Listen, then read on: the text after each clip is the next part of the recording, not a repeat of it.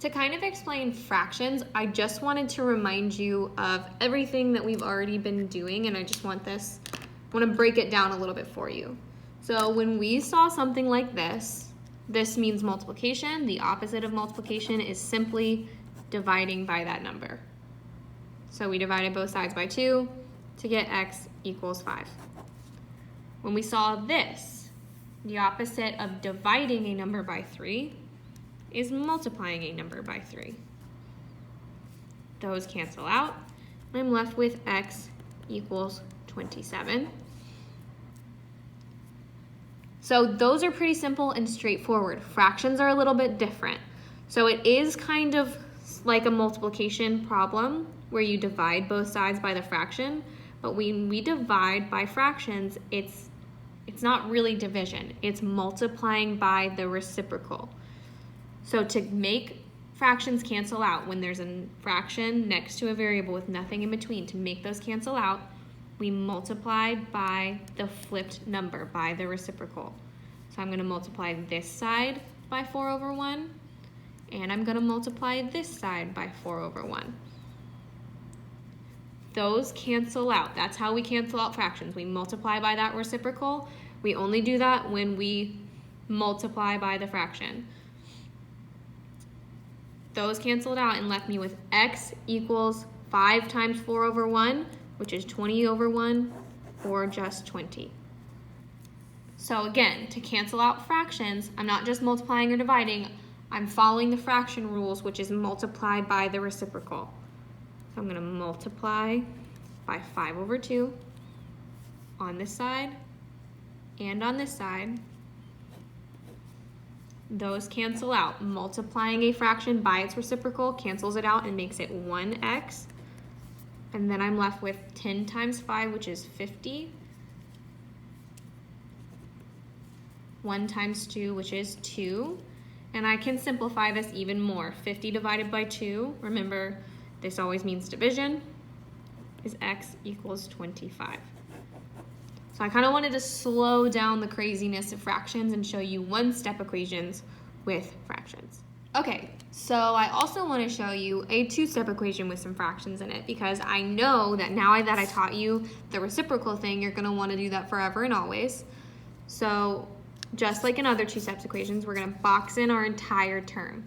I want this entire term to be brought down all by itself, and the thing that's stopping this whole box in term from being by itself is this plus 2/3. Thankfully, adding and subtracting fractions is pretty similar to adding and subtracting whole numbers. To get rid of a plus 2/3, all I have to do is subtract by 2/3. Whatever I do to one side, I do to the other. Those cancel out, and I'm left with 1/3 x equals, if you want to do this in your calculator, that would be 3 minus 2/3. And I press that ABC button. That reads as 2 1/3. Now, if you remember from the last part of the video, to undo fractions, we're going to want to multiply by the reciprocal on both sides. We're going to want to multiply by the flipped number on both sides. So to get rid of this 1/3 that's being multiplied with the x, I want to multiply both sides by 3 over 1. That is the cancellation processes for fractions. It's just multiplying by the reciprocal. That's how I'm going to teach it to you from now on. No second steps, no anything like that. When we see a fraction in front of a variable with nothing in between, we're going to multiply by that reciprocal. So that's like a third fact in one-step equations. So now I've got 2 1/3 times 3 over 1, or you could just put 3, but I'll prove that to you here. 3 over 1, which is 7. So I get x is equal to 7. Let's do one more. Okay, so let's draw that line.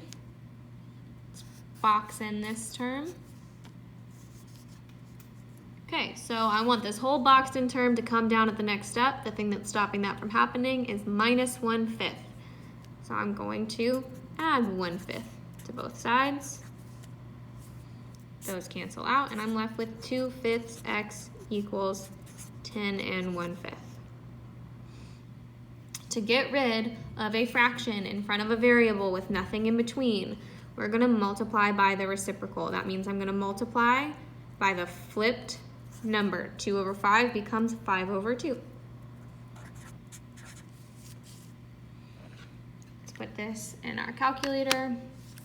That's 10 and 1/5 times 5/2. And we get 25 and 1/2. That's how we read that. Those cancel out, and I'm left with x equals 25 and 1/2. Okay,